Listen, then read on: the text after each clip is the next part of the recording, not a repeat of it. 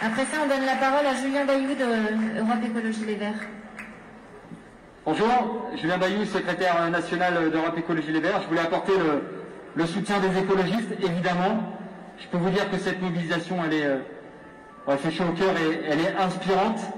On voulait, notre place est ici, évidemment, à vos côtés, parce que pour nous, évidemment, la culture, c'est essentiel, mais il s'agit aussi de soutenir celles et ceux qui la font vivre.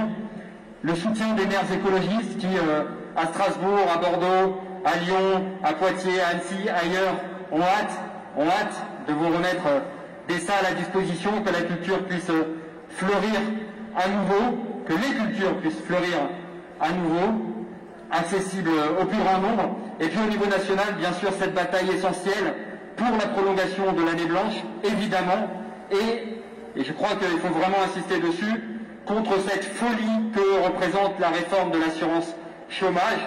En pleine crise, ça revient à jeter 800 000 personnes et leurs familles sur le carreau.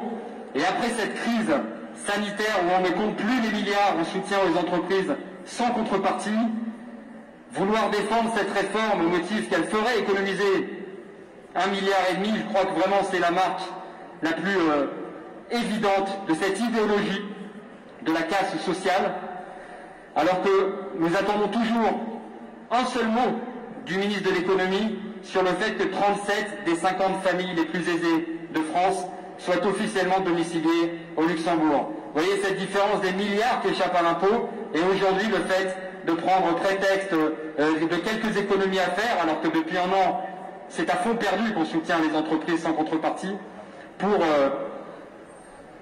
tout simplement pour affirmer cette idéologie de la casse sociale.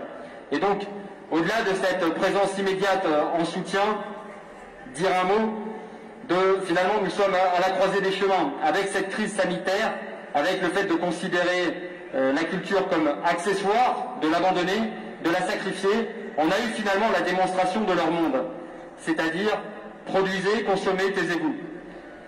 Vous pouvez produire, vous pouvez consommer, vous pouvez à l'école tant que ça permet à vos parents de travailler, mais pour tout ce qui fait le reste, le sel de la vie, le lien, l'émancipation personnelle et collective, alors là, pour le coup, on ne veut plus en entendre parler. Eh bien, c'est un autre chemin qu'on doit tracer ensemble.